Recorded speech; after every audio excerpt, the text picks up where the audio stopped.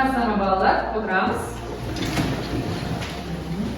Бүгінгі сабағымызды бастамас бұрын сендермен бір күшті армандары жайлы сұрағым келіп тұр. Яғни қазіргі таңда бізде шет елге шығатын адамдар өте көп, иә? Әлеуметтік желілердің бәрін бақылаймыз, көреміз. Сендердің болашақта қай елге барғыларың келеді? Өз ойларыңмен. Америкаға дейді. Италияға барып келеді. Италияға дейді. Сосын Айым. Мен Францияға барып келеді. Франция дейді. Інжу. Мен Жапонияға барып келеді. Жапония дейді. Камила.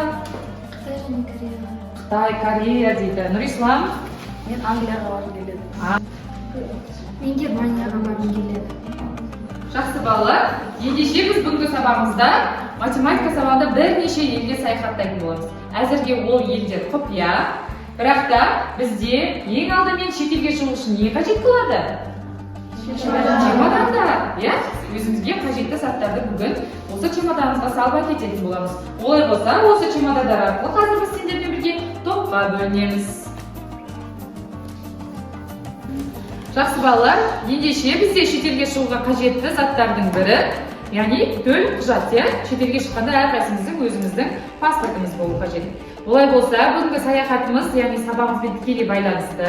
Бүгінгі сабақта әрбір орындаған тапсырмаларың, яғни саяхаттардың қалай болғанын осы төл құжатқа түсіріп отырасыңдар. Ендеше әрқайсыларыңа бір төл құжаттардан берейін. Кешегі үйге берілген тапсырманы бүгін тексерейік. Барлығымыз дәптерді ашамыз. Онда көрші отырған досымызбен дәптерді ауысамыз да, бір-біріміздің дәптерімізді қазір тексеретін боламыз. Ендеше бұлай жасаймыз, қазір үй жұмысын тақтада сәйкестендіру арқылы орындаймыз. Тоқсан шығады.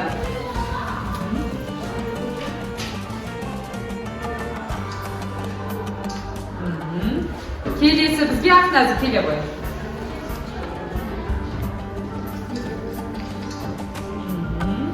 Келесі Айым.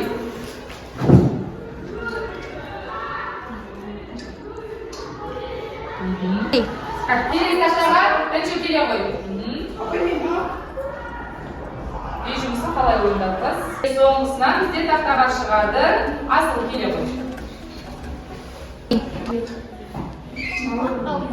Олай болса тексеріп көрейік. Бізде жауаптар. Тамаша. Егер бізде дәптерімізде үй жұмысы дәл осылай дұрыс тұратын болса, онда біз 2 баллық бағамен бағалайық. Үй жұмысында біз сендермен бірге таңбалар ережесін қолдану арқылы біз жақшаларды аштық. Яғни өткен сабақ пен бүгінгі сабақтың байланысы осындай екен. Яғни бүгінгі біздің өтетін тақырыбымыз жақшаларды ашу және де коэффициент.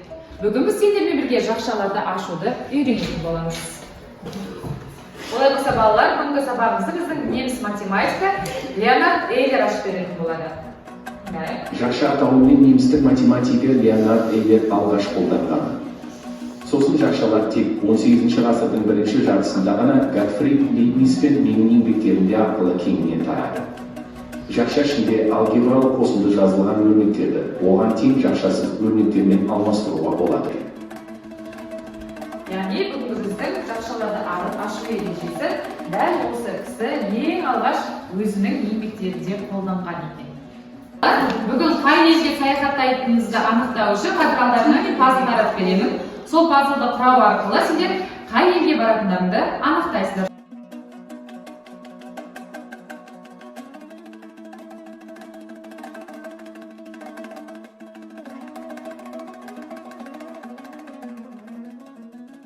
Кім болды балалар? Париж шығыпты сендерде? Египет шықты. Что болды ма екен? Сендерде Турция, Париж және де Египет. Екінші топта бізде Турция. Так, мына жақта Париж.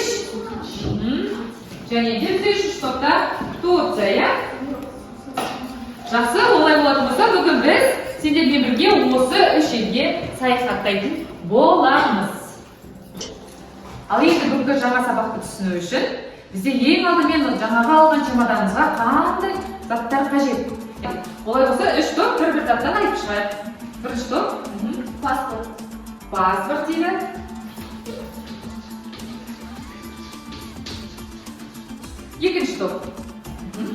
Ақша. Ақша дейді.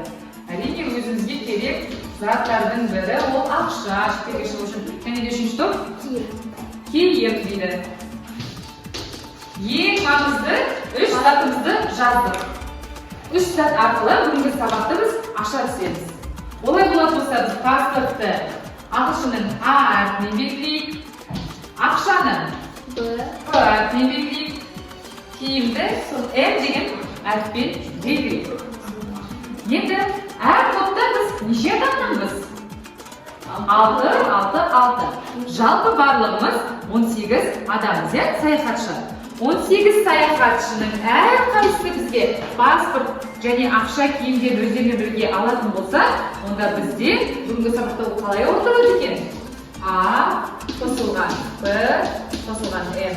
Яғни бізде үш қажетті затымызды ашу үшін жақшаның сыртында тұрған санды, жақшаның ішінде тұрған әрбір мүшеге біз көбейтеді екенбіз. 18-ді көбейтеміз. Аға 18 А қосылған 18-ді көбейтеміз.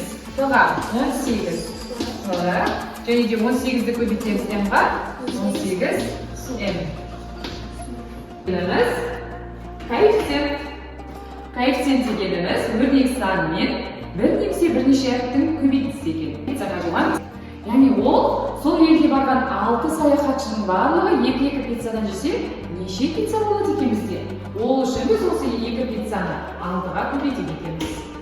Яғни бұл жерде бізде сан мен сан көбейтіледі, 12 және пиццаға қосылады.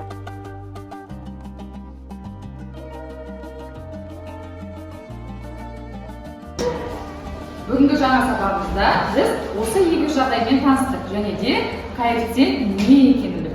Олай болса бірінші тапсырмамызға көшейік. Бірінші тапсырма сендерде қазір сократик платформасында орындалады. Барлығымыз телефондарымызды қолымызға алып, QR-кодпен ашайық.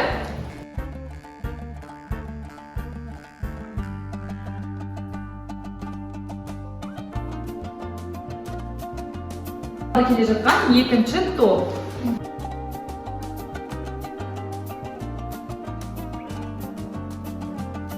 Аяқталу уақытымыз қане? Бізде мінекей отырған тапсырмамыз бойынша тапсырған балалардың тізімі берілген және де кімнің дұрыс және бұрыс жауап бергенін көрейік. Және бірге сократик платформасында орындалған ойынымыздың жауаптары өздерін тексеріп, тағы да бір өздеріңді бағалап жіберіңдер. Олай болатын балалар, бүгінгі сабағымыздағы серкету сәтімізге де келіп жетті. Барлығымыз орнымыздан тұрайық, барлығымыз бүгін бірге қара жорға биін билейтін боламыз. Бәле жігіттер! Қыздар, келіңдер, жігіттер, мен қара жорға билеймін.